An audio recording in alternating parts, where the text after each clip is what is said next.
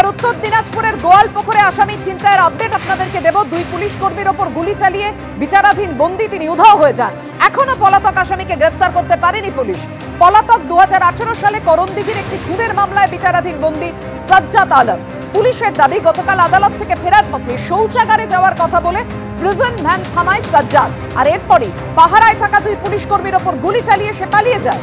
গুলিবিদ্ধ কনস্টেবল দেবেন বৈশ্য ও assistant sub inspector Nilkanta সরকার মাটিগাড়ার একটি হাসপাতালে ভর্তি আছেন।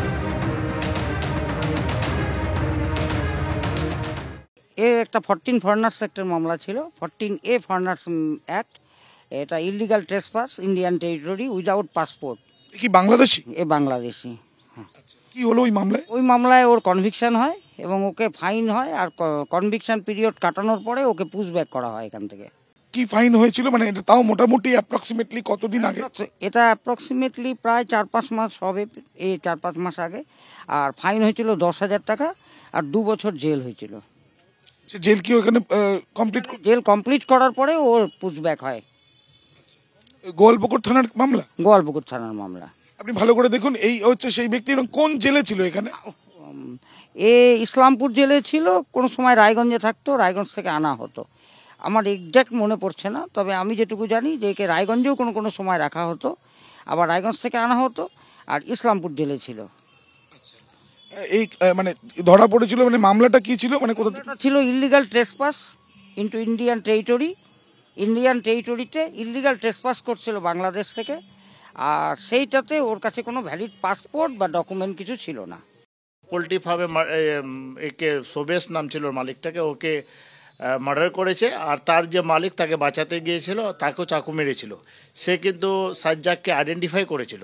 যখন ওকে অ্যারেস্ট করা হয়, অ্যারেস্ট করার পর এখানে জেলখানাতে টিআই প্যারেড হয়, টিআই প্যারেডে উনি আইডেন্টিফাই করেন। আর সাক্ষীর সময় এখানে সাক্ষী দিয়ে বলে গেছেন কি সাজ্জাদকে আমি চিনতে পেরেছি, বাকিদেরকে আমি চিনতে পারিনি। তখন ওনাকে কোর্টে সাক্ষী দিয়ে ওনার এগেনস্টে সাক্ষী দিয়ে গেছিলেন। ওনার ভয় ছিল কি উনি হচ্ছে এই কেসে কনভিক্ট হবেন। এই কেসে প্রায় 31টা সাক্ষী, কালকে অবধি 31টা সাক্ষী হয়েছে, বাকি কিছু সাক্ষী বাকি ছিল।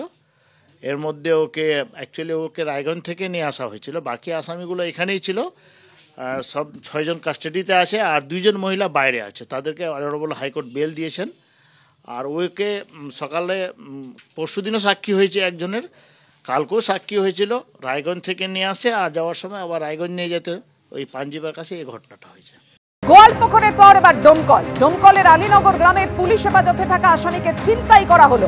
আসামিকে নিয়ে এলাকায় তথ্য প্রমাণ সংগ্রহে গেলে আসামিকে ছিনিয়ে নেওয়া হয়।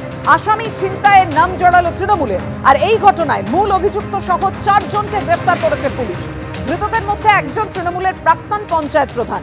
আক্রান্ত হয়েছে এসআই রানা প্রতাপ সেনগুপ্ত, তার আঙুলে কোপ মারা হয়েছে।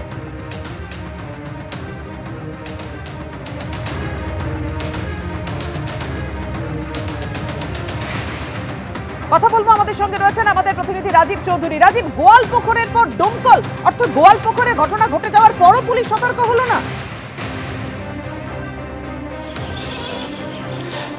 একেবারেই যেটা হচ্ছে পাপিয়া, যে পুলিশের এই যে আমরা এখন দাঁড়িয়ে রয়েছি, যেটা ডোমকলের ডুমুরতলা ক্যাম্প, এই ডুমুরতলা ক্যাম্পের যে পুলিশ, সেই ডুমুরতলা ক্যাম্পের পুলিশ যিনি আধিকারিক রয়েছেন রানা প্রতাপ সেনগুপ্ত, তিনি একটা বাহিনী নিয়ে এখানে আসামিকে নিয়ে ওখান থেকে বিভিন্ন উদ্ধার করতে যান, চুরির সামগ্রী উদ্ধার করতে যান। তখনই তিনি আক্রান্ত হন বলে গ্রামবাসীরা একটা ঘিরে ধরে।